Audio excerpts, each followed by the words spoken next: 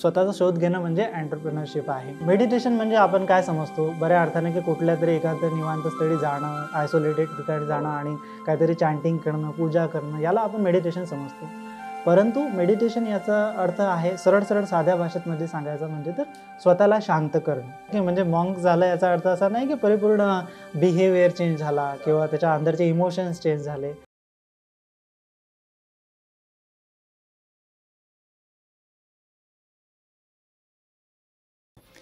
मित्रांनो नमस्कार, कसे आहात सगळे? मित्रांनो, अध्यात्म आणि शिक्षण या एकाच नाण्याच्या दोन बाजू आहेत. पण असं असून सुद्धा आपल्या औपचारिक शिक्षणामध्ये, खास करून आपण जे शाळेत घेतो, कॉलेजमध्ये शिक्षण घेतो, या शिक्षणामध्ये अध्यात्माचा, ज्याला आपण खास करून मेडिटेशन म्हणतो, मेडिटेशनचा सुद्धा फारसा आपल्याला कधी संपर्क येत नाही किंवा फारसं त्याबद्दलचं शिक्षण घेतलं जात नाही. आपल्याकडे असं म्हणतात की संन्यास, मेडिटेशन, ध्यान, ह्या सगळ्या गोष्टी ज्या आहेत ह्या आपण 50च्या नंतर विचार करायला लागतो. मात्र परिस्थिती तशी नाही आहे. परिस्थिती फार वेगळी आहे. आणि मेडिटेशनविषयी तर आज खूप सारं कुतूहल आपल्यापैकी अनेक लोकांच्या मनात आहे. आंतरराष्ट्रीय मेडिटेशन दिन नुकताच आपण साजरा केलेला आहे आणि ह्या पार्श्वभूमीवर आपल्या सगळ्यांना त्याच्याविषयी उत्सुकता असते, पण ते सगळं समजून घेण्यासाठी आपल्याला योग्य प्लॅटफॉर्म मिळत नसतो. आज हे सगळं खूप सुंदर पद्धतीने समजून घेण्यासाठी आणि नुसतं पुस्तकी नॉलेज नाही तर स्वतःच्या अनुभवातून आपल्याला ह्या गोष्टी समजावून सांगण्यासाठी भंते परमानंद जी आज आपल्या सोबत आहेत. नमस्कार. नमस्कार सर. 3S टॉक पॉडकास्टमध्ये आपलं खूप खूप स्वागत आहे. हा जो 3S टॉक पॉडकास्ट आहे, या पॉडकास्टमध्ये पहिला जो यस आहे तो आहे सेल्फ कनेक्ट. आणि मला वाटतं तो आजच्या आपल्या विषयाशी खूप जवळचा आहे, खूप अतिशय महत्वाचा आहे. पण त्याच्या आधी मला तुमच्याकडून हे समजून घ्यायला आवडेल की तुमच्या आयुष्यामध्ये हे जे मेडिटेशन आहे किंवा तुम्ही अतिशय तरुण वयामध्ये या मार्गाकडे कसं वळलात आणि हा कसा प्रवास राहिला सगळा? तर मेडिटेशनच्या संदर्भात तर खूप नंतरच्या काळामध्ये मला माहिती पडलं. अगोदर ज्याप्रमाणे आपण म्हणतो की अध्यात्म असते, सर्वजण पालन करतात. आमच्या घरी सुद्धा अध्यात्माचं वातावरण होतं. आणि विशेष म्हणजे आमच्याकडे पुस्तके होती आणि पुस्तकांमध्ये मेडिटेशनची वेगवेगळी पुस्तकं होती. तर मी लहानपणी असंच थोडंफार आपलं वेगवेगळ्या टेक्निक्स असतात, वेगवेगळ्या प्रकारे मेडिटेशन करतात, तर मग मी करून बघायचो. आणि सोबतच माझं वाचन सुद्धा चालू होतं. लहानपणापासून ओढ होती तुम्हाला? बरोबर. आणि घरामध्ये धार्मिक वातावरण होतं असं म्हटलं तरी काही हरकत नाही. आणि त्याच्यामुळे मग मला मेडिटेशन मध्ये थोडा इंटरेस्ट यायला लागला. मी वाचन तर करायचो, फिलॉसॉफी वगैरे, अध्यात्म आपण वाचतो, परंतु ध्यानाचा जो असतो की नेमकं ध्यान काय आहे मला हे असं कळत नव्हतं. आणि त्याच्यानंतर मग अशी वर्ष गेली. नंतर मग आफ्टर 12th मी एक मेडिटेशन कोर्स केला. त्याला बेसिकली विपासना मेडिटेशन कोर्स म्हणतात. 2017 मध्ये मी तो मेडिटेशन कोर्स केला, विपश्यनेचा. हो. आणि त्याच्यामध्ये मग मला एक क्लिक झालं की एक्झॅक्टली मेडिटेशन कसं करायचं, म्हणजे मेडिटेशन म्हणजे काय. आणि ते क्लिक झाल्यानंतर मग मी पुन्हा त्याच्या संदर्भात संशोधन करायला चालू केलं, अभ्यास करायला चालू केलं, वाचन करायला चालू केलं आणि धीरे धीरे मग मी मेडिटेशनच्या क्षेत्राकडे वळलो. बरं. आणि मग नंतरचा प्रवास, आतापर्यंतचा प्रवास कसा झाला? आता तर मला समजा आता जवळजवळ 3-3.5 वर्ष होत आहेत की संन्यासकडे वळून तुम्हाला 3-3.5 वर्ष झाले. हो. आणि त्याच्यानंतर मग आमचं डेली प्रॅक्टिस असते. मी बेसिकली बुद्धगयाला असतो, तिथं मेडिटेशन सेंटर आहे. आणि ते मोनेस्ट्रीमध्ये आमचे गुरुजी आहेत, ते 40 वर्षांचा त्यांना अनुभव आहे. ते सुद्धा मेडिटेशन टीचर आहेत. तर त्यांच्या सानिध्यामध्ये मी शिकतो आहे, त्यांना सेवा देतो आहे. तर छान आहे जीवन. मी बुद्धगयेला एकदाच गेलो होतो. मी तुम्हाला आपण मगाशी चर्चा करताना सांगितलं. पण बुद्धगयेबद्दल खूप आपल्या अनेक प्रेक्षकांना सुद्धा प्रचंड हे आहे, उत्सुकता खूप सारी आहे. या ऐतिहासिक स्थळाबद्दल काय सांगाल?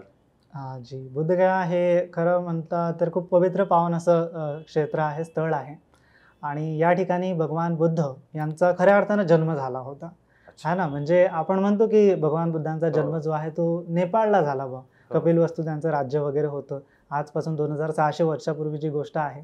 परंतु ज्यावेळेस जन्म झाला त्यावेळेस ते बुद्ध नव्हते, ते साधारण मनुष्य होते. आणि त्यांचं नाव सिद्धार्थ राजकुमार, सिद्धार्थ गौतम असं होतं. आणि त्यांनी मग वयाच्या 29व्या वर्षी गृहत्याग केला आणि 6 वर्ष ते कठोर तपश्चर्या करत राहिले. त्यांना या जीवनामध्ये दुःख दिसलं आणि या दुःखातून बाहेर कसं पडायचं या संदर्भात त्यांना क्वेश्चन्स पडायचे हो. आणि ते प्रश्नाचे उत्तर शोधण्यासाठी ते वेगवेगळ्या गुरूंकडे गेले, वेगवेगळे ध्यान साधना केल्या आणि मग असं करता करता 6 वर्ष त्यांची तपश्चर्या केली आणि त्या जंगलामध्ये आज ज्या ठिकाणी बोधगया आहे त्यावेळेला ते जंगल होतं आणि त्या जंगलामध्ये मग त्यांना वयाच्या 35व्या वर्षी या प्रश्नाचा उत्तर लागलं की म्हणजे दुःखातून बाहेर कसं पडायचं, दुःखमुक्तीचा मार्ग काय, आणि तेच त्यांचं एनलायटनमेंट होतं, तेच त्यांचं बोधी होती. त्यांना मग त्यांनी बुद्ध म्हटलं की मी याच्यानंतर मी बुद्ध झालो, मला ज्ञान प्राप्त झालेलं आहे. आणि ज्या ठिकाणी ज्ञान प्राप्त झालं होतं तिथं पिंपळाचं वृक्ष होतं है ना, पिंपळ वृक्षाखाली ते बसलेले होते आणि आज तिथं मोठं बुद्धगयाला मोठं मंदिर उभं झालेलं आहे, विहार उभं झालेलं आहे. बरोबर आहे. भंतेजी, आम्हाला ही गोष्ट पण म्हणजे बरेचदा अनेक लोकांना असं वाटतं की विपश्यना म्हणजे बौद्ध धर्माचा एक हे आहे, बाकीच्या धर्माचा त्याच्याशी काही संबंध नाही असं पण अनेक लोकांना वाटतं. पण खरी परिस्थिती काय आहे, विपश्यनेबद्दलची खरी परिस्थिती, खरी माहिती तुमच्याकडून ती ऐकणं हा एक वेगळा अनुभव असणार आहे. बिलकुल बिलकुल. तर बेसिकली पाहता म्हणजे विपස්සना हे काही म्हणजे कुठल्या धर्माला आपण गृहीत धरून इंडिकेट करणारी गोष्ट नाही आहे. बेसिकली भगवान बुद्धांची शिकवणच तशी आहे. बुद्धाने कुठलं काही तुम्हाला अलौकिक मिळेल बा, मृत्यूनंतर काहीतरी तुम्हाला स्वर्ग नरक प्राप्त होईल बा, या संदर्भात टीचिंग केलेले नाही आहे. त्यांची शिकवण वर्तमान काळामध्ये कसं जगायचं आणि मनातील राग द्वेष मोह कसे काढायचे एवढीच त्यांची फिलॉसॉफी राहिलेली आहे. त्यांनी दुःखाचं कारण सांगितलं की लोभ द्वेष मोह आहे आणि त्याला काढण्याची जी टेक्निक आहे ती म्हणजे विपස්සना आहे है ना. ते विपස්සना मग त्या संदर्भात तुम्हाला ते कसं काढायचं, कसं आपल्या अंतर्मनामध्ये आपण डोकावून बघायचं आणि कसं आपल्या मनाला परिशुद्ध करायचं, ही जी टेक्निक आहे ही सारखी आहे. आणि प्रत्येकाच्या मनामध्ये राग द्वेष मोह असतो, तो हिंदू असो, मुसलमान असो, ख्रिश्चन असो की कुठल्याही धर्माचा असो है ना. आणि मग राग द्वेष मोह असतो बा, परंतु त्या रागाच्या भरात क्रोधाच्या भरात आपण बघतो की कितीतरी केसेस होतात, कोणी कोणी मर्डर करते, कोणी कोणाला बोलून बसते आणि वर्षानुवर्षाचे संबंध लगेचच क्षणामध्ये मिटले जातात. म्हणून ह्या गोष्टीला आपण कधी त्या गोष्टीवरती जाणत नाही आपल्या मनामध्ये. तर बुद्धाने सांगितलं की तुम्ही आपल्या मनामध्ये डोकवा, पत्तदीप भव, म्हणजे आपल्या मनामध्ये डोकवा आणि आपल्या मनाला प्युरिफाय करा है ना. आपल्या मनाला गंध करणारा कोणी बाहेरची शक्ती नाही आहे किंवा बाहेरच्या व्यक्ती वस्तू परिस्थिती नाही आहे. आपणच आपल्या मनाला गंध करतो, तर आपणच आपल्या मनाला साफ केलं पाहिजे आणि ती साफ करण्याची विद्या म्हणजे विपස්සना आहे. मेडिटेशनचा एक प्रकार आहे, आपण असं म्हणू शकतो विपश्यना. विपश्यनेच्या सोबत सोबत मग असे कुठल्या ध्यानाच्या पद्धती आहेत पुन्हा? हा, तशा तर भगवान बुद्धांनी वेगवेगळ्या ध्यान पद्धती सांगितलेल्या आहेत है ना. एकूण 40 प्रकारच्या मेडिटेशन टेक्निक सांगितलेल्या आहेत, परंतु त्याच्यामध्ये एक आनापानसती नावाची ध्यान पद्धती त्यांनी वारंवार त्याचा उल्लेख केलेला आहे की जे माइंडफुलनेस ऑफ ब्रीथिंग आज आपण म्हणतो, सगळीकडे त्याचा नाव आपल्याला ऐकायला येते है ना. आपला श्वास येतो आहे आणि श्वास जातो आहे, नैसर्गिकरित्या आपण आपल्या श्वासाला बघायचं है ना. तर त्याच्या संदर्भात आपल्याला मन शांत करायचं असते, त्याला बेसिकली आम्ही मेडिटेशन म्हणतो. आणि त्याच्यानंतर विकारांना काढायचं आहे मनातून, लोभ द्वेष मोह यांना काढायचं आहे, तर त्याला विपස්සना म्हणतो. तर हे 2 कॅटेगरायझेशन म्हणजे बेसिकली विपස්සनेमध्ये तुम्हाला शिकवले जातात. अच्छा भंतेजी, जेव्हा आता आपण विपश्यना म्हणतो, मेडिटेशन म्हणतो, एक सर्वसामान्य माझ्यासारख्या माणसाला असं वाटतं की हे खूप मोठे मोठे शब्द आहेत, राग द्वेष आणि हे सगळं काढून टाकणं हे काय आपल्या बस की बात नाही असं खूपदा वाटतं. पण एखाद्या माणसाला सर्वसाधारण माझ्यासारख्याला सुरुवात करायची आहे या सगळ्या गोष्टींची, तर त्यानं कुठून सुरुवात केली पाहिजे? एक्झॅक्टली. तर हे बघा, म्हणजे मेडिटेशन म्हणजे आपण काय समजतो बऱ्या अर्थाने की कुठल्या तरी एखाद्या निवांत स्थळी जाणं, आयसोलेटेड ठिकाणी जाणं आणि काहीतरी चॅन्टिंग करणं, पूजा करणं, याला आपण मेडिटेशन समजतो. परंतु मेडिटेशन याचा अर्थ आहे सरळ सरळ साध्या भाषेमध्ये सांगायचं म्हणजे तर स्वतःला शांत करणं.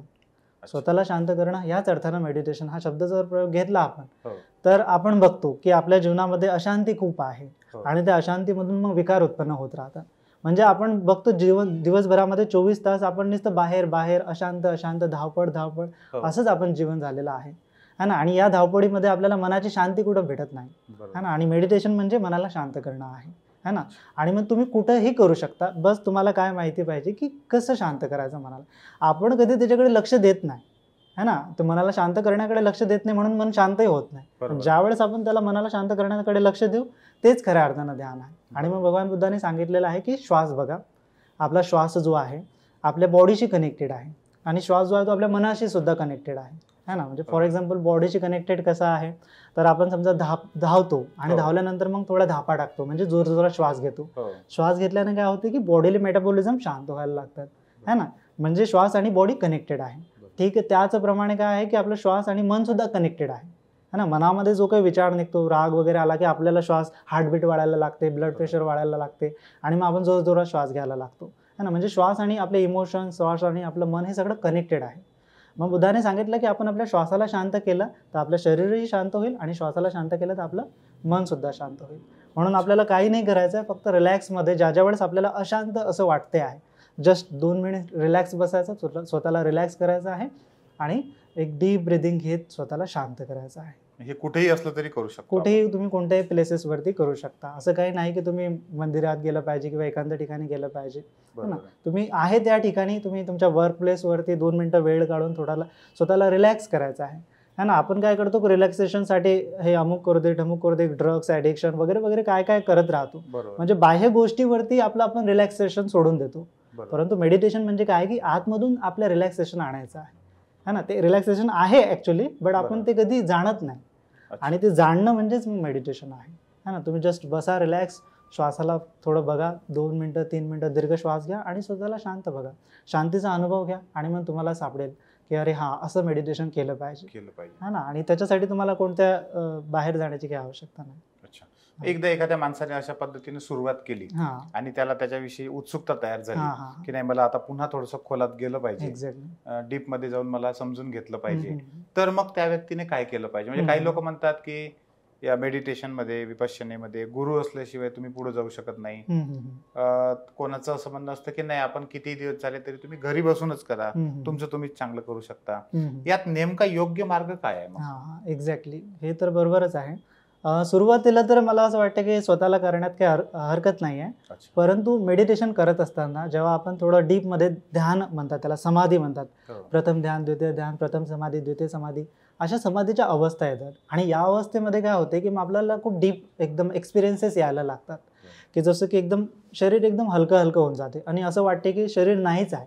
आणि मग त्याच्या वेळेस मग खूप सारे लोक घाबरायला लागतात, असं वाटते हवा हवा झालेला आहे, असं वाटतं की मी अलगद अलगद उडतो आहे का, हे असे एक्सपिरियन्स यायला लागतात आणि मग ते समजत नाही की नेमकं पुढे का करावं. मग त्यावेळेस तुम्हाला मार्गदर्शनाची आवश्यकता आहे असं मला वाटते. परंतु सुरुवातीच्या फेजमध्ये तसं काही नाही आहे, है ना. आणि जर तुम्हाला जास्त अशा प्रकारचे अनुभव येत असतील किंवा यायचे असतील तर तुम्ही 10 दिवसाचा मेडिटेशन कोर्स असतो, विपासना मेडिटेशन कोर्स, है ना. तर SN गोयनका जी आहेत त्यांनी एस्टॅब्लिश केलेला 10 दिवसाचा मेडिटेशन प्रोग्राम आहे, 10 दिवस विपसना प्रोग्राम.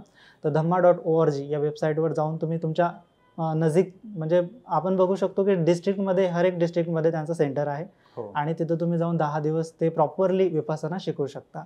मला वाटतं आता शासकीय अधिकारी कर्मचाऱ्यांसाठी सुट्ट्या पण त्यासाठी मंजूर करतात. जो GR निघालेला आहे महाराष्ट्र गव्हर्नमेंट विपश्यनेसाठीचा, 10 दिवस तुम्ही ऑफिशियल लिव्ह तुम्हाला मिळू शकते मेडिटेशनसाठी. आता आम्ही शिक्षण क्षेत्रातून येत असल्यामुळे अनेकदा मला हा प्रश्न पडतो की साधारणतः कोणत्या वयापासून मुलांनी मेडिटेशनला सुरुवात केली पाहिजे किंवा ध्यानाला बसायला सुरुवात केली पाहिजे? काही लोक म्हणतात की नाही, किमान एक 10-15 वर्षात झाल्यानंतरच केली पाहिजे. काही लोक म्हणतात की नाही, 18 वर्षाच्या वर असलं तर केलं पाहिजे. यात खरी परिस्थिती काय आहे, कधीपासून करायला पाहिजे? बघा, रिलॅक्सेशनची गरज सर्वांनाच असते, तो लहान मुलं असो की मोठा माणूस असो की वयस्कर असो. आणि मेडिटेशन म्हणजे रिलॅक्सेशन जर आपण या अर्थानं पकडलं तर आपण लहानपणापासून, म्हणजे ज्यावेळेस मूल समजदार व्हायला लागतं त्यावेळेस त्याला बाबा रिलॅक्स हो, थोडा घाबरू नको, चिडचिड करू नको, थोडा वेळ बस, शांत बस. आणि हे जर आपण त्याला शिकवण द्यायला लागलो तर खऱ्या अर्थानं त्याच वयापासून त्याला मेडिटेशन आपण शिकवू शकतो.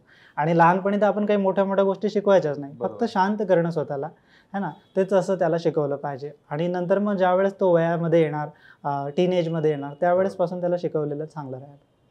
कारण मी खूपदा बघितलंय की बऱ्याचशा आया ज्या असतात त्यांना असं काळजी वाटते की मुलाला जर आपण म्हटलं शांत बस किंवा थोडा वेळ ध्यान कर, मेडिटेशन कर, त्यांना मुलगा पुढे जाऊन संन्यासी होईल की काय. आणि कोणत्याच आईला वाटत नाही की मुलगा संन्यासी व्हावा, आणि त्याच्यामुळे मग त्या नको ते असं म्हणजे सांगायला जातात. आणि मी बरेचदा हे पण बघितलंय की याच्यामुळे आया बरेचदा ह्या मेडिटेशन सारख्या ज्या गोष्टी आहेत त्याच्यापासून मुलांना दूर ठेवण्याचा पण प्रयत्न करतात.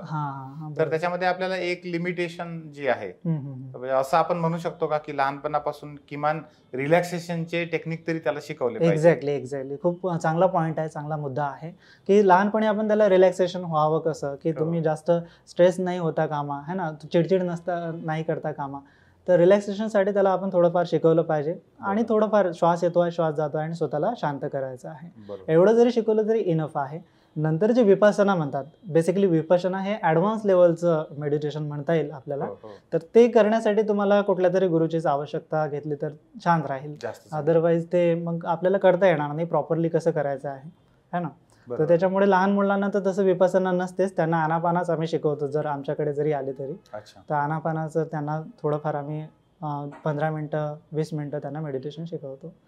तुम्ही खूप कमी वयामध्ये ह्या दिशेला वळलात हम्म. आणि पूर्णपणे तिकडे स्वतःला वाहून घेतलं. हम्म. आता तुम्ही जिथं आहात हम्म. बोधगयाला, हम्म. तर त्या ठिकाणी कसं रुटीन असतं साधारण? हां, तर आम्ही मोनेस्ट्रीमध्ये राहतो. मेडिटेशन सेंटर असल्यामुळे साहजिकच आम्हाला सुरुवात सकाळपासून मेडिटेशनची सुरुवात असते आमची. अच्छा. 4 वाजता आम्हाला उठावं लागतं. 4:30 वाजतापासून आमचं मेडिटेशन रोज 4 सेशन वाजता असतं. उठावं लागतं. हो. अच्छा. आणि नंतर मग मेडिटेशन सेशन असतं 1 तास. त्याच्यानंतर थोडीफार चॅन्टिंग वगैरे आणि त्याच्यानंतर ब्रेकफास्ट असतो 6 ते 7. 7 वाजता मग पुन्हा आमचं मेडिटेशन चालू होते. तर आम्हाला वॉकिंग मेडिटेशनसुद्धा करतो, सिटिंग मेडिटेशनसुद्धा करतो. 10 दिवसाच्या कोर्समध्ये सुद्धा असते की वॉकिंग मेडिटेशन आणि सिटिंग मेडिटेशन असते. हो. त्याच्यानंतर आम्हाला 10 वाजता ब्रेक असतो, थोडंफार साफसफाई वगैरे. नंतर 11 ते 1 वाजेपर्यंत भोजन वगैरे रेस्ट असतं आणि मग पुन्हा आम्ही आमचं दुपारी मेडिटेशन वगैरे करतो. किंवा मग जर कोर्स असेल तर मेडिटेशन करायचं, नसेल तर मग आम्ही सेल्फ स्टडी करतो किंवा सेल्फ मेडिटेशन करतो. अच्छा. 5 वाजता पुन्हा मग आम्हाला ब्रेक वगैरे असतो आणि मग पुन्हा आम्ही मेडिटेशनला बसतो. तर रात्री 8 साडेआठ वाजेपर्यंत आमचं हे शेड्यूल चालते. आणि असं किती दिवस असं सुरू राहतं? हो, म्हणजे ज्यावेळेस मेडिटेशन असते बेसिकली 10 दिवसाचा कोर्स असतो त्या दरम्यान हे शेड्यूल असतं आणि त्याच्यानंतर सुद्धा असंच असतं. बट त्याच्यामध्ये डील असते की कोणी तुम्हाला पाहणारं नसते किंवा टीचर नसतात. बरोबर. तुम्ही तुमचं स्वतःचा सेल्फ अभ्यास करू शकता, स्वतःची सेल्फ प्रॅक्टिस करू शकता. आता तुम्ही दोन्ही लाईफ बघितलेले आहेत. हो. आधीचं लाईफ पण सर्वसामान्य लोकांसारखं तुम्ही जगलेले आहात जी. आणि आता तुम्ही मॉन्क म्हणून जे काही लाईफ जगत आहात, हम्म. काय फरक वाटतो या दोन्हीमध्ये? हां, तसं तर ते म्हणजे मी ज्यावेळेस विद्यार्थी होतो, लहान होतो, त्यावेळेस सुद्धा मी बऱ्यापैकी छानपैकी लाईफ जगलेली आहे. असं मला कुठल्या गोष्टीचं रिग्रेट नाही राहिलेलं की माझ्या आयुष्यामध्ये मी केलेलं नाही म्हणून. आणि इथं सुद्धा मी ज्यावेळेस मॉन्कहुडमध्ये आलेलो आहे, तर त्यावेळेस सुद्धा मला रिलॅक्सेशन वाटत आहे, पीस अनुभव करत आहे आणि मी एक म्हणजे परिपूर्ण असं कंप्लीट झालेलं आहे, कम्प्लिटली जगत आहे असं मला वाटत आहे. बरं. है ना. तर दोन्ही लाईफमध्ये मी नेहमीच खुश राहिलेला आहे. इथं सुद्धा मी खुशच आहे असं बरं म्हणेन. बरं. हम्म. पण दोन्ही लाईफ मध्ये तुम्हाला असं वेगळा काही फरक जाणवतो? हो, थोडाफार तर फरक जाणवतो की सुरुवातीला ज्यावेळेस मी गृहस्थ असताना कॉलेजमध्ये, शाळा कॉलेजमध्ये असताना तर मी चिडचिड खूप करायचो. मला राग लवकर यायचा वगैरे वगैरे. तर त्याच्यामुळे ते जे आहेत माझ्यामध्ये ते राहिलेलं नाही. आता मी प्रत्येक म्हणजे एक आपण म्हणू शकतो की एक मॅच्युरिटी मला इथं मिळालेली आहे. बरोबर. आणि लोकांसोबत डील कसं करायचं, शांततेने लोकांसोबत डील कसं करायचं ते की मला मिळालेली आहे असं मी म्हणू शकतो. शांततेनं आपण डील करणे जे आहे ते हम्म. इकडे येऊन आपण साध्य करू शकतो. जी.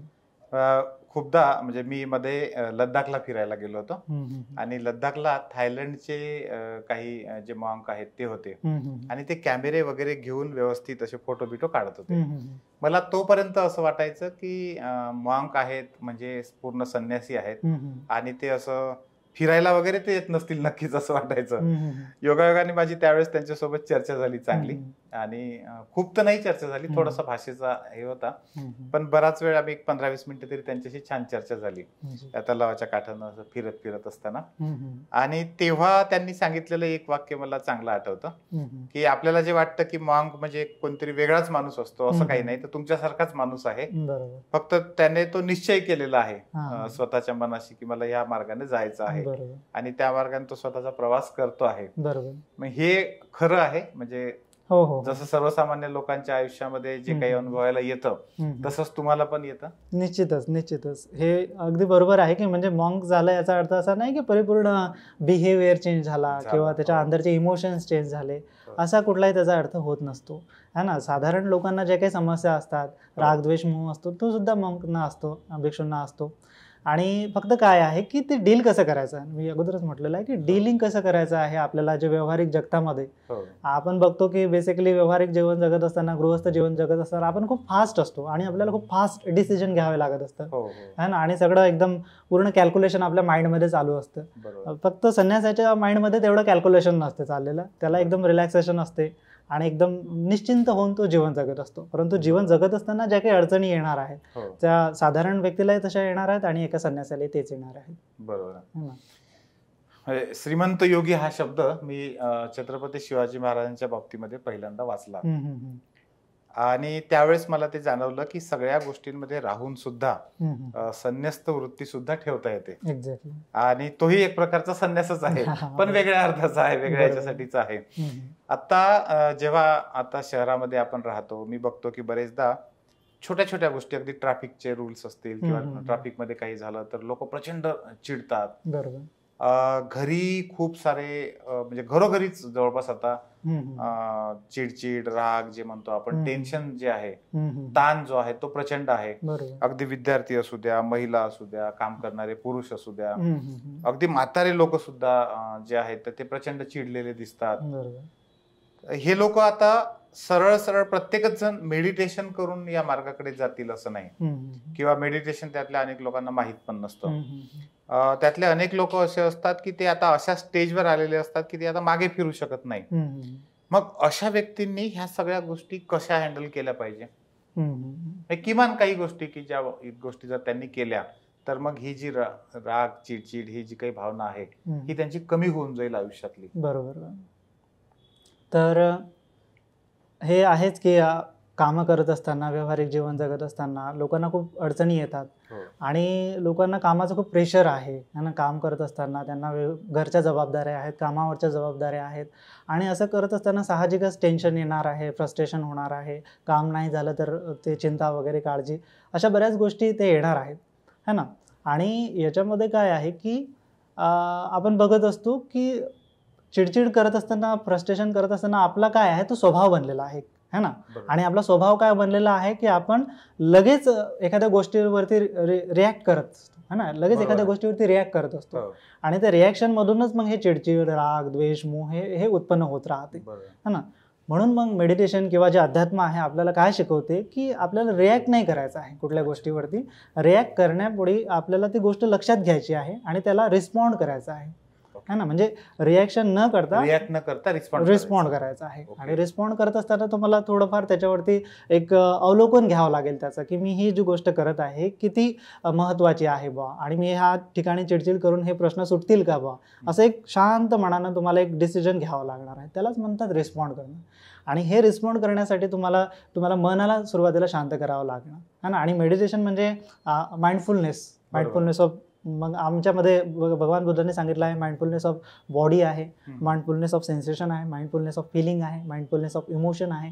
म्हणजे तुम्ही जाणा की तुमच्या चित्तामध्ये सध्या हे उत्पन्न होत आहे आणि ह्या घटना घडत आहेत. आणि माइंडफुली ज्यावेळेस आपण त्याला हे लक्षात घेऊ त्याच्याकडे आणि रिॲक्शन न करता त्याच्यावरती रिस्पॉन्ड करू तर साधारणपणे खूप साऱ्या आपल्या जीवनातील ज्या आपण परेशानी, डिप्रेशन वगैरे ह्या सगळ्या समस्या हळूहळू कमी होतील. आणि मेडिटेशन आपल्याला ते शिकवते की हाऊ टू रिस्पॉन्ड. आणि रिस्पॉन्ड करण्यासाठी आपल्याला वेळेची एक आवश्यकता असते. थोडासा 5 मिनिट म्हणा, 10 मिनिट, 5 मिनिट नाही 5 सेकंड म्हणा किंवा 10 सेकंड म्हणा. तर ते आपलं पॅटर्न बनलेलं असते की आपण वारंवार रिॲक्ट करत जातो फास्ट एकदम. आपल्याला फास्ट रिझल्ट पाहिजे असते, क्विक ॲक्शन पाहिजे असते. पण त्या क्विक ॲक्शनला आपण बाय डिफॉल्ट नेटवर्क बी म्हणतात याला. आपण न्यूरोसायन्समध्ये जर बघितलं आपल्या न्यूरॉन्समध्ये तर एक कनेक्शन बनलेलं असते, एक आपलं रिवायरिंग ब्रेन जी झालेली असते अशी की आपण लगेच रिॲक्ट करतो.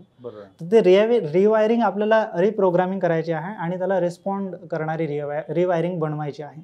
त्यासाठी तुम्हाला हे मेडिटेशन खूप आवश्यक आहे. स्वतःला सुरुवातीला रिलॅक्स करा.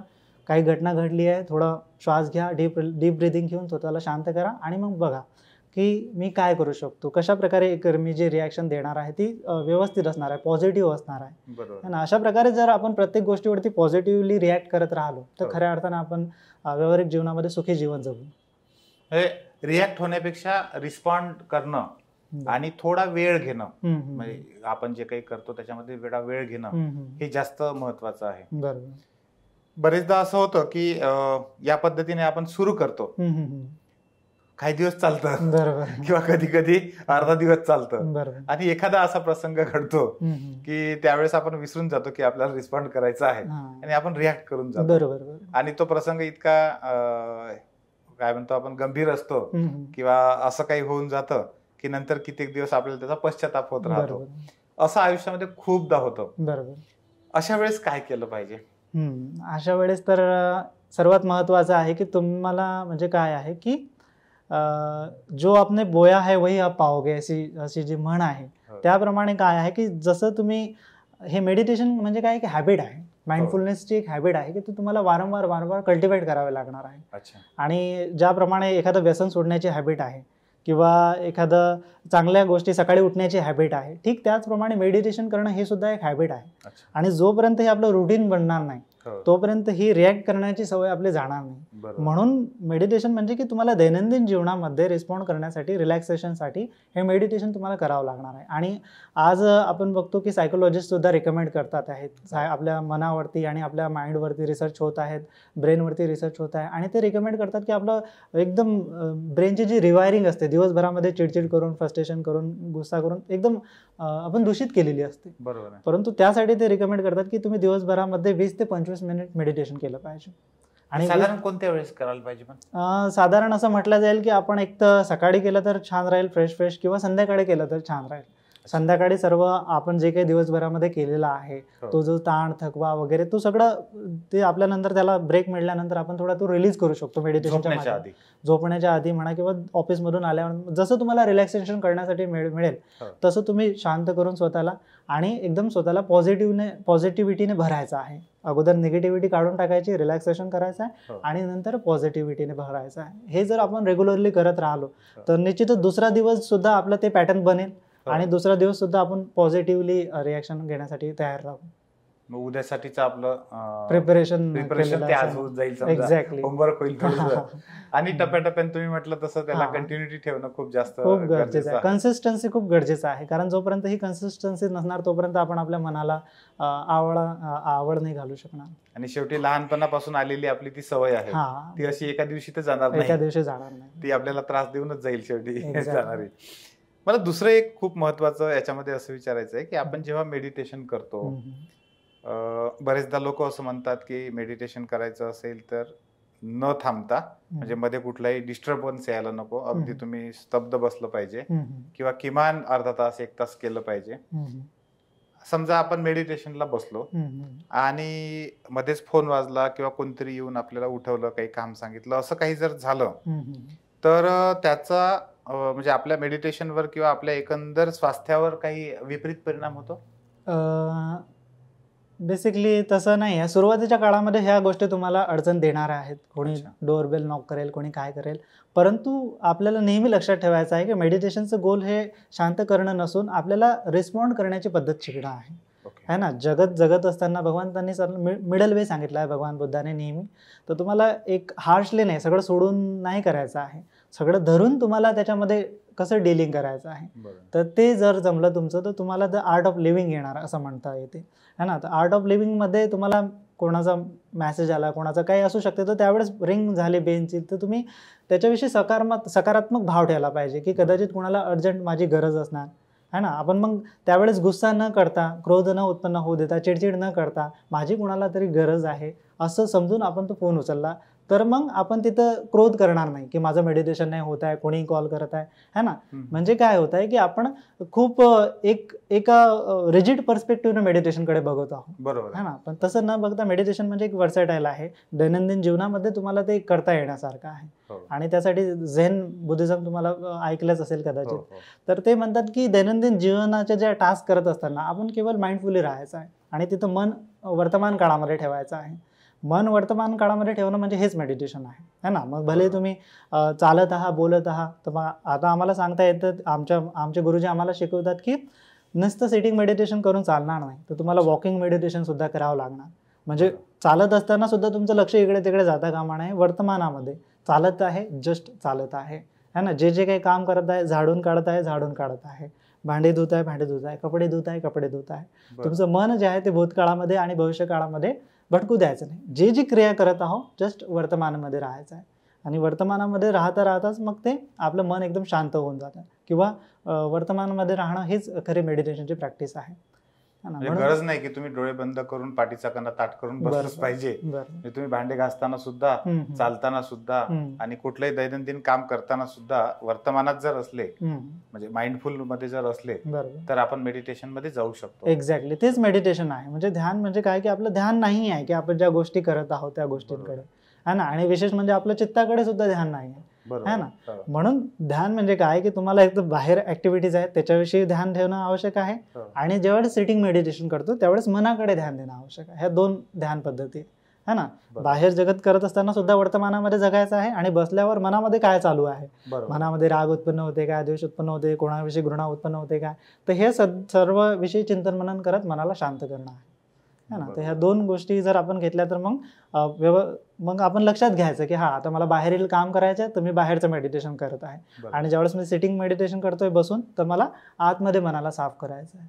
एवढं जर आपण लक्षात ठेवलं तर फार छान आपलं खूप चांगल्या पद्धतीने त्याचं नियमन होईल असं आपण म्हणतो. तुम्ही खूप सुंदर शब्द वापरला, माइंडफुलनेस. जे काही करतो आहे आपण तो पूर्ण माइंडफुलनेसनं एखादी गोष्ट करणे.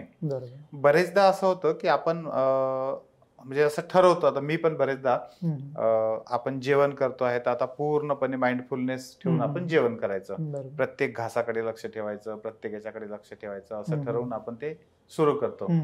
पण थोडा वेळ झाला की आपला तो त्या क्रियेतला माइंडफुलनेस जातो, आणि मग सकाळी काय राहिलं होतं, कुठली गोष्ट करायची राहिली, कोणाचा फोन यायचा आहे का, त्याला काय करायचं आहे का, त्याला काही सांगायचं आहे का, ह्या गोष्टीकडे आपलं लक्ष जायला लागतं.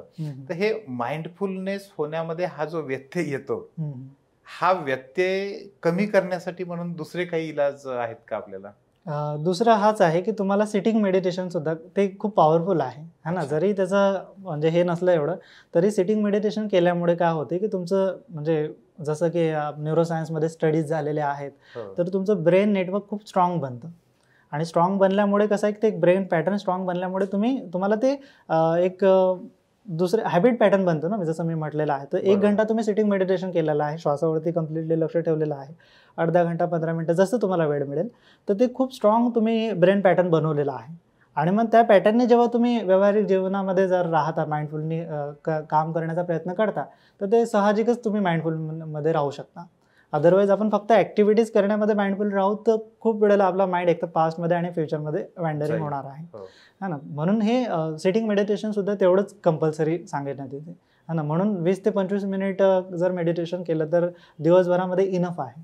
माझा रोग जो होता विचारायचा तो असा होता की मी बरेचदा बघतो की आता इतर सवयी म्हणजे मेडिटेशन तर करतो आपण कमी थोडं, पण जर समजा मेडिटेशन मध्ये पूर्ण मन लागत नाहीये आणि मग पुस्तक काढून वाचायला लागलं, तर अर्धा तास 1 तास वाचन झालं की मग मेडिटेशन मध्ये मन म्हणजे लागायला लागतं. तर ह्या गोष्टी सुद्धा, आता वाचनाची सवय समजा माझ्यासाठी आहे, कोणासाठी दुसरी काहीतरी असेल, कोणाला गाणं म्हणायला आवडेल, कोणाला काय पेटी वाजवायला, तबला वाजवायला आवडेल, किंवा जे काही असेल, बासरी वाजवायला आवडेल, कोणी चित्र काढू शकेल. तर आपल्या मनाला शांत करणाऱ्या अशा गोष्टींमुळे सुद्धा माइंडफुलनेस येण्यामध्ये आपल्याला मदत मिळते. हो हो हो, निश्चितच. एक फ्लो नावाचं पुस्तक आहे, त्यांचं लेखकांचं नाव खूप लॉंग आहे, मला नाही आठवत आहे. तर त्याने ते सांगितलं आहे की आपण हे जे आर्टिस्ट असतात ते फ्लो मध्ये जातात, म्युझिशियन म्युझिक मध्ये जात असताना तो एकदम फ्लो मध्ये जातो, एकदम ट्रान्स मध्ये जातो, किंवा आनंद एकदम तिथं फील करतो. मेडिटेशनच्या फेज मध्ये गेल्यानंतर आपण त्याला झपूर जा म्हणतो ना. तर त्या फ्लो मध्ये जाऊन मेडिटेशन मध्ये सुद्धा तो आनंद तुम्हाला मिळत असतो, है ना. मग तुम्ही ज्याप्रमाणे म्हटलेलं आहे की तुम्ही वेगवेगळ्या ऍक्टिव्हिटीज करून सुद्धा मनाला शांत करू शकता, रिलॅक्सेशन करू शकता, ते सुद्धा खूप आवश्यक आहे. आणि त्यामध्ये तुम्हाला ज्या गोष्टीमध्ये तुमचा रस आहे त्या गोष्टी तुम्ही केल्या तर निश्चितच तुमचं मन कितीही काही तुमच्या मनामध्ये चंचलता असेल, परंतु तुम्ही तुमच्या आवडती गोष्ट करत आहे, लगेच मन तिथे एकाग्र होते आणि शांत व्हायला लागते, है ना. मेडिटेशन सुद्धा तेच आहे, आणि त्या ज्या ऍक्टिव्हिटीज आहेत त्या सुद्धा मेडिटेशनचाच प्रकार आहे. म्हणून नाही का ते आपला संत पुरुषांनी ते सांगितलेलं आहे ना आपल्याला, कांदा मुळा भाजी अवघी विठाई माझी. म्हणजे ते डेली जे ऍक्टिव्हिटीज करत होते त्या ऍक्टिव्हिटीज मध्येच ते मेडिटेशन शोधत होते, है ना. म्हणजे मेडिटेशन साठी तुम्हाला एकदम वेगळं काही करायचं असं नाहीये, तुम्ही जी ऍक्टिव्हिटी करत आहात त्याला बस अवेअर होऊन करा, है ना. आणि ते करत असतानाच तुम्हाला एक एनलायटनमेंट वगैरे ते सुद्धा साध्य होते, है ना. तर झेन याच्यामध्ये एक फारशी कथा आहे, है ना, एक छोटीशी, की एक विद्यार्थी म्हणजे असं संन्यासी असतो माझ्यासारखा, आणि तो एका गुरुजीकडे जातो आणि त्यांना म्हणतो की मला मेडिटेशन शिकायचं आहे, तुम्ही मला मेडिटेशन शिकवा. तर गुरुजी त्याला म्हणतात ठीक आहे, तर तुला सांगतो म्हणते, तू मला नंतर भेट म्हणते, तोपर्यंत मॉनेस्ट्रीची काम करावे लागतील. तर मग त्याला काम देतात की ते असते पूर्वीच्या काळामध्ये असं ते गहू वगैरे असं ते ठोकून त्याचं पीठ करायचं असते, तर त्याला ते गहू ठोकायचं काम देत असतात. आणि मग तू दररोज गुरुजीकडे जातो, गुरुजी मला मेडिटेशन शिकवा. गुरुजी म्हणतात नंतर मी ज्या वेळेस मला वाटेल त्याच वेळेस मी तुला शिकवणार, तू आता माझ्याकडे काही येऊ नको.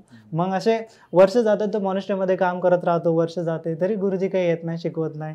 2 वर्ष होतात, 4 वर्ष होतात, 5 वर्ष होतात, असे 10 वर्ष निघून जातात आणि गुरुजी काही त्याच्याकडे जात नाही आणि तोही गुरुजीकडेही जात नाही.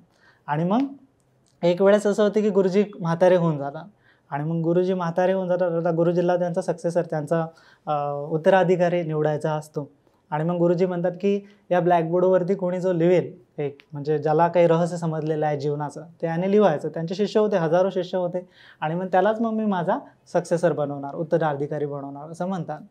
आणि मग प्रत्येकजण येतो, लिहितो. मग गुरुजी ते सगळं खोडून टाकतात. नाही म्हणते हे काही तुम्हाला जमलेलं नाही आहे, एक्झॅक्टली ध्यान म्हणजे काय, तर हे कोणालाच जमलेलं नाही आहे. मग सगळेजण लिहून, मोठे मोठे विद्यार्थी येऊन लिहून चालले जातात. गुरुजी सगळं पुसून टाकून देतात.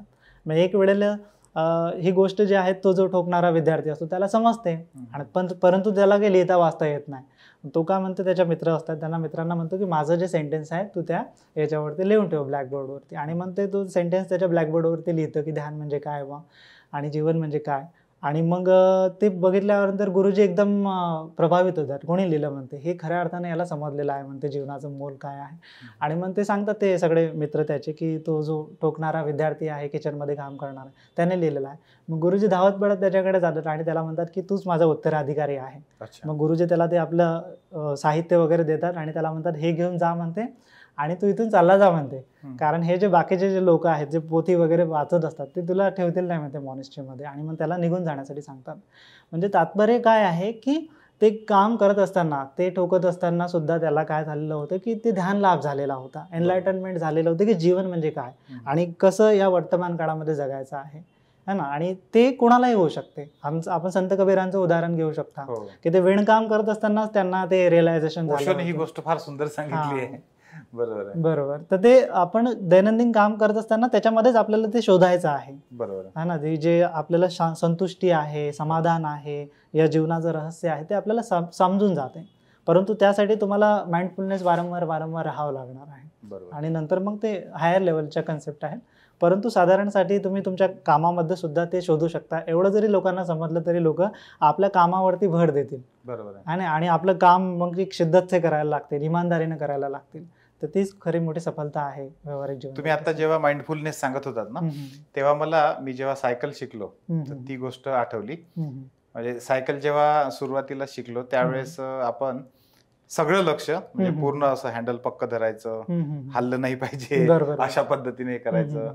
आणि थोडं जरी काही लक्ष इकडे तिकडे झालं तरी पडण्याची शक्यता राहायची.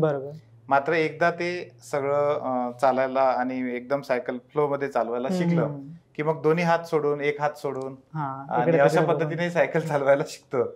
तसं सुरुवातीच्या काळामध्ये थोडस सिटिंग मध्ये बसून शांत याच्यामध्ये थोडं करायला लागलं की नंतर मग आपल्या दैनंदिन क्रिया करता करता सुद्धा आपल्याला माइंडफुल राहता येतं किंवा ध्यान करता येतं. असं मला वाटतं की हे याच्या बाबतीत पण ते लागू आहे. खूप छान आहे. हे उदाहरण आम्हाला नेहमीच देतात शिकवत असताना सुद्धा गुरुजी, की आपण सुरुवातीला बॅलन्स ठेवतो, सगळ्या गोष्टीकडे लक्ष ठेवतो सायकल चालवत असताना. त्यावेळेस आपण खूप सजग असतो. परंतु ज्यावेळेस आपण ते शिकून घेतो, ते स्किल आपल्याला येते, त्याच्या वेळेस आपली सजगता तेवढी राहत नाही. आपण सबकॉन्शियसली ते गोष्टी करत राहतो, बोलतो ना. तर बऱ्याच गोष्टी आपण आपल्या सबकॉन्शियसली करत राहतो. परंतु मेडिटेशन म्हणजे काय की आपल्याला सबकॉन्शियस माइंडच्या वरती सुद्धा अवेअरनेस स्टेबल करायचा आहे है ना. आणि जर तुम्ही समजा कुठल्या याच्यामध्ये आहात, स्किल तुम्ही डेव्हलप करत आहे, म्युझिशियन आहे किंवा आर्टिस्ट आहे, तर हे लोक सुद्धा करत असतात. आणि ते कसं आहे की कितीही स्किल असली, आता हे चित्रकारी जर म्हणतो आपण तर ते वर्तमान काळामध्येच असतात. परंतु त्याच्यामध्ये काही लोक एन्जॉय करतात, वर्तमान काळामध्ये राहतात, परंतु काही लोक सबकॉन्शियसली ती गोष्ट करतात. आणि बाकीच्या ज्या गोष्टी असतात दैनंदिन आपण सबकॉन्शियसली करतो. परंतु जे आर्टिस्ट असतात स्पेशली ते कॉन्शियसली सबकॉन्शियस म्हणजे करत असतात. त्या सबकॉन्शियसली गोष्टी सुद्धा कॉन्शियसली करत असतात. आणि त्याच्यामध्येच मग रहस्य आहे असं म्हणतात. है ना, की आपण ज्या गोष्टी सबकॉन्शियसली करतो त्या फक्त आपल्याला कॉन्शियसली करायच्या आहेत. आणि तसं करत असताना मग त्याच्यातून आपल्याला बऱ्याच बारीक गोष्टी माहीत पडत राहतील. है ना. आणि बरेच बारीक गोष्टी माहीत पडत राहतील, त्याच्यामधून आपल्याला ज्ञान मिळत राहतं. है ना. आता एक चित्र काढणं म्हणजे फक्त एक छोटासा कॅनव्हास आपल्याला जरी वाटत असला तरी त्याच्यामध्ये खूप बारकावे असतात. म्युझिक वाजत असताना सुद्धा आपण जे जे काही इंटरेस्टेड नाही आहे ते हो. वरवरती वायलिन वाजवतील, नाही वाजवत आहेत सोडून देतील. बरोबर परंतु जो चांगला परफेक्ट असतो तो वारंवार वारंवार अवेअरनेस होऊन त्याच्यातले गुणदोष त्याच्यावरती बारकाईने लक्ष ठेवत ठेवत बारीक बारीक गुणदोष सुद्धा तो साईडला काढत जातो आणि मग परफेक्शन त्याला मिळत राहते. आणि असं आपण किती डीपमध्ये जात राहिलं तेवढं आपल्याला परफेक्शन मिळतच राहील नेहमी. आणि तेच रहस्य आहे है ना. मग त्याच्यामध्ये मग आपण वर्तमानामध्ये आपण खूप वेळपर्यंत राहू शकतो, अलर्ट, अवेअर, स्टेबल है ना. तर ह्या गोष्टी आहे. म्हणून एखाद्या गोष्टीची एन्क्वायरी करत असताना म्हणतात ते नेव्हर एंडिंग प्रोसेस आहे. बरोबर है ना. एखादी गोष्टी कुठून उत्पन्न झाली किंवा हे काय आहे, हे झाड कसं आहे, कसं बनलं, तर त्याचा कार्यकारण भाव आपण शोधत गेला तर आपण बघू शकतो. माती कुठून आली, मग पृथ्वी कुठून आली, मग सूर्य, अशा गोष्टी आपण कॉज अँड इफेक्ट करत गेलो तर आपल्याला पुरा ब्रह्मांडाचं नॉलेज भेटते. आणि तेच भगवान बुद्धांना प्राप्त झालेलं होतं की स्वतःला बघत असताना, स्वतःचं अस्तित्व बघत असताना, माझं शरीर काय आहे, माझं मन काय आहे, कुठला धारणा नाही, कुठलं काही नाही, जस्ट कॉज अँड इफेक्ट, कसं काम करत आहे, कसं चित्त उत्पन्न होत आहे, कसं मन उत्पन्न होत आहे आणि याचा संबंध काय, याचा कार्यकारण भाव काय. मग शोधता त्यांना ते डीप लेवलवरती त्यांचं एक्झिस्टन्स काय आहे बघ एक्झॅक्टली त्याचा उलगडा झाला होता. बरोबर आहे ना. पण तेच मेडिटेशन आहे, तेच कंटेम्पलेशन आहे, तेच तुमचं आहे. थोडा विषय सोडून होईल प्रश्न, पण मला तुम्हाला हे पण विचारायचं आहे की आपण जेव्हा एखाद्या गोष्टीचं चिंतन करतो किंवा एखादी गोष्ट आपण आपल्या मनामध्ये कल्पना करतो त्या गोष्टीची, तेव्हा त्याच गोष्टीला अनुसरून आपल्या समोर येणाऱ्या गोष्टी घडत जातात असं मला वाटतंय. याच्यावर तुमचं मत, कारण आजची गोष्ट सांगतो तुम्हाला की डू इपिक शीट नावाचं एक खूप फेमस आणि एंटरप्रेन्युअर किंवा या लोकांसाठीचं पुस्तक आहे. आता वाचतोय माझ्या बॅगमध्ये, पण ते आहे, आता आहे ते. सकाळी मी जेव्हा वाचतो तेव्हा त्यात एक वाक्य होतं की स्वतःचा शोध घेण्याचा एक मार्ग म्हणजे एंटरप्रेन्युअरशिप आहे. मला पहिल्यांदा जरा वेगळं वाटलं. म्हटलं एंटरप्रेन्युअरशिप मध्ये कशाचा स्वतःचा शोध घेणं आहे, लोकांचा शोध घ्यावा लागतो बरेचदा. पण मग विचार केला तेव्हा लक्षात आलं की नाही, याच्यात जर आपण खोलात गेलो तर इथं तुम्हाला जे वेगवेगळे अनुभव येतात, एका वेळेस तुम्हाला खूप साऱ्या गोष्टींवर लक्ष ठेवावं लागतं, खूप वेगवेगळ्या प्रकारच्या लोकांशी तुमचं डिलिंग होतं, म्हणजे तेवढे मानवी स्वभाव तुम्हाला पाहायला मिळतात. आणि हे सगळं करत असताना तुम्हाला तुमच्या लिमिटेशन्स कळतात, तुमच्यातले प्लस पॉइंट, मायनस पॉइंट, कुठं आपण आपला स्वतःचा कंट्रोल गमावतो हे पण कळायला लागतं. आणि शेवटी स्वतःचा शोध घेण्याची प्रोसेस पण तीच आहे. बरोबर. आणि नेमकं आता आपण आपल्या कन्व्हर्सेशन मध्ये पण तुम्ही तेच सांगता की प्रत्येक गोष्टीमध्ये तुम्ही माइंडफुलनेस किंवा जे लोक ध्यान वगैरे किंवा खूप जास्त वेळ आता तुम्ही ज्या जीवनामध्ये आहात त्या जीवनामध्ये पूर्ण वेळ ध्यान करून ते ज्या गोष्टीचा शोध घेतात, तर त्याच गोष्टीचा शोध आता तुम्ही सांगताय तसं प्रत्येक गोष्टीत आपण घेऊ शकतो. ही असं होतं का की आपण ज्या गोष्टीचा विचार करतो तीच गोष्ट आपल्याकडे येते? तर तो तर खूप मोठा आकर्षणाचा सिद्धांत आहे. परंतु त्याच्या अगोदर मला एक थोडंसं सांगावं असं वाटतं की जर आपण स्वतःचा शोध घेतो, जसं त्यांनी म्हटलंय की स्वतःचा शोध घेणं म्हणजे एंटरप्रेन्योरशिप आहे, तर ठीक आहे, त्याचप्रमाणे आहे की तुम्हाला आपण काय करतो की नेहमी लोकांना समजण्याचा प्रयत्न करतो है ना. आणि आपला भर नेहमी लोकांवरती असतो आणि आपण गुणदोष लोकांनाच देत राहतो, परंतु आपण कधी स्वतःचं अध्ययन करत नाही. आणि म्हणूनच मग आपण अध्यात्मापासून दुरावले जातो. अध्यात्म या शब्दाचा अर्थच काय आहे की स्वतःचं अध्ययन करणं ना, म्हणजे आपलं स्वतःचं अध्ययन करणं आहे. आणि याच्यामध्ये खरी गोम अशी आहे की ज्यावेळेस आपल्याला आपलं स्वतःचं अध्ययन आपण करतो आणि स्वतःचं समजते की माझ्यामध्ये काय गुण आहे, माझ्यामध्ये काय दोष आहे, माझ्यामध्ये कसं लोभ द्वेष मोह आणि मी कसं काम करतो. आणि आपण बघतो की सगळे व्यक्ती तसेच आहेत, प्रत्येकाला मन आहे, प्रत्येकाला विकार आहे, परंतु आपण ते कधी गृहीत धरतच नाही है ना. आणि दैनंदिन जीवन जगत असताना आपण बघतो की कोणी आपल्याला हो म्हटलं तर आपल्याला चू लागते है ना. म्हणजे काय की आपण समोरच्याची गोष्ट समजून न घेता त्याला रिॲक्ट करण्यासाठी आपण म्हणजे ऐकत असतो ना. दुसऱ्यांचा ऐकतो याच्यासाठी नाही की तो काय म्हणत आहे, त्याच्या भावना काय असतील, आपण हे रिॲक्शन करण्यासाठी की मी कसं त्याला सांगितलं पाहिजे असं तसं. म्हणजे काय की रिॲलिटीमध्ये आपण कधी त्यालाही समजून घेत नाही आणि स्वतःलाही समजून घेत नाही है ना.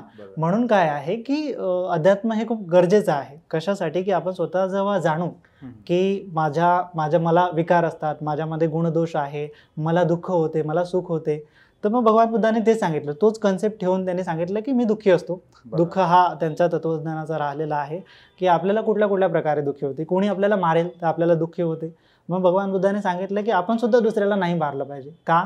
कारण दुःख सगळ्याला होते, भले तू मनुष्य असेल, कोणचा किडे मकोडे असेल, जनावर असेल, कुत्रा मांजर असेल, प्रत्येकाला दुःख होते. म्हणून मग दुसऱ्यांची हिंसा नाही केली पाहिजे है ना. हे म्हणजे काय की स्वतःला दुःख जाणणं गरजेचं आहे. बरोबर. ज्यावेळेस आपण जाणू की हा मी या गोष्टीमुळे दुःखी होतो, या गोष्टीमुळे मी सुखी होतो, मग ज्या दुःखी होतो त्या गोष्टी आपण दुसऱ्याला सुद्धा नाही करणार. बरोबर. कोणी माझी चोरी केली तर मला दुःख होणार आहे, म्हणून मी सुद्धा दुसऱ्याची चोरी करणार नाही. मग त्यांनी सांगितलं पाणाती पाता वेरमणी सिक्खापदं समाधी आम्ही, प्राणी हिंसा करणार नाही, अधीन दाना वेरमणी सिक्खापदं समाधी आम्ही, चोरी करायची नाही, कामे सुमिच्छाचारा वेरमणी सिक्खापदं समाधी आम्ही, व्यभिचार करायचा नाही, है ना. म्हणजे आपल्या पार्टनरच्या व्यतिरिक्त जायचं नाही, कारण दुसरं आपल्या पार्टनरच्या सोबत संबंध करेल तर आपल्याला चांगलं वाटणार नाही, दुःख होणार, म्हणून आपण सुद्धा दुसऱ्यांचं ते शीलभंग नाही करायचं. हे 5 शील सांगितले. मग खोटं बोलायचं नाही.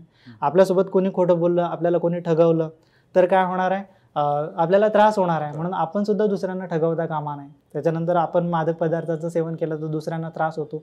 हे लक्षात गोष्ट ठेवून की समोरचा दुःखी आहे, हे असं जर आपण लक्षात घेऊन जर जगत राहिलो तर आपण प्रत्येकाला दुःखातून मुक्त करण्यासाठी समोर येऊ, ना की त्याला दुःख देण्यासाठी. आणि हेच बुद्धाने ओळखलेलं आहे आणि हेच शिकवलेलं आहे, है ना. एक कथा अशी आहे की एक भरद्वाज नावाचा ब्राह्मण असतो. तर भगवंत वेगवेगळ्या हे करत असतात उपदेश. मग एक उपदेश त्याला आवडला नाही, त्याच्या पत्नीला आवडला आणि मग त्याची पत्नी फॉलो करायला लागली, परंतु खूप चिडला तो. आणि मग एक वेळेस भगवंत असे प्रवचन देत असतात भगवान बुद्ध, आणि मग त्यावेळेस तो येतो आणि भगवंताला खूप जोरजोरात शिव्या देत, त्याला खूप हायपर होते, खूप राग अनावर होतो बुद्धांचा, आणि मग तो बुद्धाला खूप शिव्या देण्यासाठी येतो. आणि मग त्यावेळेस तो शिव्या देता देता भगवंत त्याच्याकडे नेहमीप्रमाणे बघत स्मितहास्य करत त्याच्याकडे ऐकत राहतात, परंतु त्याला बोलत नाही काय, है ना. तो त्या विचाराने येतो की भगवान मला आता बोलतील मग बोलतील, आता बोलतील मग बोलतील, परंतु भगवान बुद्ध काही बोलत नाही. आणि मग तो असा शेवटी थकून जातो. मग भगवान म्हणतात की अजून तुम्हाला काही बोलायचं आहे का. मग तो एकदम खजील होऊन जातो, त्याला काही सुचत नाही, आणि मग तो घरी चालला जातो. मग घरी गेल्यानंतर तो रात्रभर विचार करत राहतो की म्हणे मी कोणत्या म्हणजे एका सज्जन पुरुषाला कसं बोललेलं आहे म्हणे, है ना. म्हणजे दुसरं त्याच्या ठिकाणी असतात तर आजपर्यंत मला म्हणजे लाठीकाठीने मारलं असतं म्हणे, बदाडलं असतं म्हणे त्याने मला, है ना. म्हणजे त्याने नाही बदललं म्हणे, त्याचे शिष्य सगळे ऐकत होते म्हणे, त्यांनी सुद्धा काय केलं नाही, किती सज्जन लोक आहे म्हणे, है ना. मग तो दुसऱ्या दिवशी भगवान बुद्धाला माफी मागण्यासाठी आला. आणि मग भगवान बुद्ध त्याला म्हटले की म्हणजे माफीची काय गरज आहे, है ना. तर याच्यामध्ये भगवंतांनी ओळखलं होतं की काय आहे, की सांगण्याचा उद्देश की भगवान बुद्धांनी ओळखलं होतं की हा स्वतः दुःखी आहे, है ना. आणि हा दुःखी आहे म्हणून मला शिव्या देतो आहे, है ना. आणि दुसऱ्या दिवशी आला माफी मागतो आहे. मग भगवान बुद्ध म्हणतात की माफी कशासाठी, तू का मला मारण्यासाठी आला का, मला बोलण्यासाठी आला का. तो बोलले भगवान की मी काल तुम्हाला एवढं बोललो म्हणे, त्याच्यासाठी माफी मागायला आलो. मग भगवान बुद्ध म्हणतात की आज तुम्हाला बोलण्यासाठी आला का, शिव्या देण्यासाठी आला का. तो बोलतो नाही. मग भगवान बुद्ध म्हणतात की कालचा भरद्वाज वेगळा होता आणि आजचा भरद्वाज वेगळा आहे ना. म्हणजे काय की काल त्याचं इंटेन्शन जे काय आहे ते वेगळं होतं, है ना. आणि त्याचं इंटेन्शन ते वेगळं कशामुळे होतं की तो स्वतः दुःखी होता, म्हणून तो मला शिव्या वगैरे शाप वगैरे करत होता. परंतु आज तो दुःखी नाही आहे आणि आज त्याचं व्यक्तिमत्व वेगळं आहे. तर ह्या 2 टीचिंग भगवान बुद्धाने दिलेल्या आहेत. नंबर 1 अशी आहे की समोरचा व्यक्ती दुःखी आहे म्हणून तो क्रोधी आहे, म्हणून तो आपल्याला शिव्या देतो आहे, हे जाणणं. आणि म्हणून भगवान बुद्धाने म्हटलं आहे की क्रोध हा अग्नी समान आहे, विस्तवा समान आहे. कोणी आपल्यावरती क्रोधित होत आहे याचा अर्थ काय की तो विस्तव फेकत आहे, हातात धरून विस्तव फेकत आहे, परंतु हातात विस्तव धरत असताना त्याला सुद्धा चटके होत आहे. म्हणजे तो स्वतः दुःखी आहे म्हणून तो दुसऱ्याला दुःखी करण्याचा प्रयत्न करत आहे. बरोबर. ही अंडरस्टँडिंग ठेवून आपण जर व्यावहारिक जीवनामध्ये जगत राहिलो तर आपल्याला सगळेच समजतील की अरे हा व्यक्ती दुःखी असेल, कुठला तरी काम नसेल झालं म्हणून हा चिडचिड करत आहे, तर याला थोडं शांत होऊ द्या, याला थोडा वेळ देऊ, पर्सनल स्पेस देऊ, म्हणजे त्याला जाणत आहे आपण, है ना. तर हे दुःख जाणणं, दुसऱ्याला समजून घेणं, अंडरस्टँडिंग 1. नंबर 2 ची टीचिंग भगवान बुद्धाने दिलेली आहे की तो व्यक्ती जो आहे तो चेंज होणार आहे, व्यक्तीचं मन चेंज होणार आहे, व्यक्तीचे विचार, इंटेन्शन सगळं काही चेंज होणार आहे, बदलणार आहे. म्हणून काल व्यक्ती तुम्हाला एखादा राग करत असेल, द्वेष करत असेल तर तो आज करेल याची काही गॅरंटी नाही. आपण कशाविषयी त्याला राग द्वेष करूयात, है ना. आणि बुद्धाने हा इम्परमनन्स आणि त्याचा सिद्धांत सांगितला की एक दिवस सगळ्यांना सोडून जावं लागणार आहे, है ना. आज ना उद्या आपल्याला मरण येणार आहे आणि आपल्याला माहिती नाही केव्हा येणार आहे ना. आज रात्री झोपलो सकाळी उठणार माहिती नाही, परंतु बुद्धांनी ते सांगितलं की सगळेजण मरणारे आहेत. तर कोणाचा तुम्ही द्वेष करू राहिले, है ना, कोणाचा घृणा करू राहिले, कशाविषयी आसक्ती करू राहिले, कशाचा अहंकार करू राहिले, है ना. ज्या व्यक्तीचा द्वेष करणार आहे ती व्यक्ती आज ना उद्या मरणार आहे, ती व्यक्ती नाही मेलं तर आपणही कधी ना कधी मरणार आहे. म्हणून हे थोडंसं जीवन आहे, तर हे आपण सुखानं जगलं पाहिजे असं भगवान बुद्धाचा सिद्धांत त्यांनी सांगितलेला आहे. खूप सुंदर पद्धतीने तुम्ही सांगितलं. खरं तर त्या गोष्टीतल्या माणसासारखं कालचा माणूस वेगळा होता, आजचा माणूस वेगळा होता. आपला हा पॉडकास्ट ऐकण्याच्या आधीचा माणूस आणि ऐकल्यानंतरचा माणूस नक्की वेगळा असणार आहे. आणि इट्स नेव्हर एंडिंग, हे कधी संपणार नाहीये. पण ह्या सगळ्या गोष्टींविषयी तुम्ही खूप सुंदर पद्धतीने आज गप्पा मारल्यात, आम्हाला मार्गदर्शन केलं. आणि या 3S टॉकचे जे आमचे श्रोते आहेत त्यांना स्वतःशी कनेक्ट कसा साधायचा, बाह्य जग आणि आपलं अंतर्जग याच्यातला इक्विलिब्रियम कसा साधायचा, सेल्फ इक्विलिब्रियम म्हणतो आम्ही, आणि त्यातून स्वतःचं यश ज्याला आपण म्हणतो ते कसं साध्य करायचं हे अतिशय सुंदर पद्धतीने समजून सांगितलं. 3S टॉक तर्फे आपले खूप खूप थँक्यू, धन्यवाद. धन्यवाद. मित्रांनो, आजच्या या पॉडकास्टमध्ये अगदी मनावर काबू कशा पद्धतीने आपण करू शकतो, एकाग्रता म्हणजे काय, किंवा ध्यान करायचं आहे, मेडिटेशन करायचं आहे म्हणजे फक्त पाठीचा कणा ताठ ठेवून आपण बसलो तरच मेडिटेशन होतं असं नाही, तर आपण जे काही करतो ते करत असताना सुद्धा आपण वर्तमानात राहून मेडिटेशन साधू शकतो. मात्र जसं गाडी शिकत असताना सुरुवातीला आपल्याला बॅलन्स ठेवण्यासाठी सगळ्या गोष्टी सोडून पूर्ण फोकस त्यावर करावा लागतो, तद्वतः आपण जेव्हा सुरुवात करतो ह्या सगळ्या गोष्टींची त्यावेळेस थोडा वेळ स्वतःला देणं जास्त गरजेचं आहे. त्यानंतर दैनंदिन कामं करत करत पण आपण हे सगळं करू शकतो. आणि खऱ्या अर्थानं मला जो आवडलेला खूप चांगला शब्द आहे छत्रपती शिवाजी महाराजांच्या बाबतीतला, तो म्हणजे श्रीमंत योगी होऊ शकतो. भंतेजींनी संन्यास घेतलाय तसं आपल्या सगळ्यांना संन्यास घ्यायची गरज नाहीये. आपण सगळेजण आपापलं स्वराज्य उभं करून आपण श्रीमंत योगी एकाच मार्गाने निश्चितपणे होऊ शकतो. त्यासाठी हा पॉडकास्ट आपल्या सगळ्यांनी पूर्णपणे ऐकला पाहिजे. जर अजून तुम्ही चॅनलला आपल्या सबस्क्राईब केलं नसेल तर नक्की चॅनलला सबस्क्राईब करा आणि हा पॉडकास्ट आपल्या जास्तीत जास्त सगळ्या प्रियजनांपर्यंत पोहोचवा. धन्यवाद.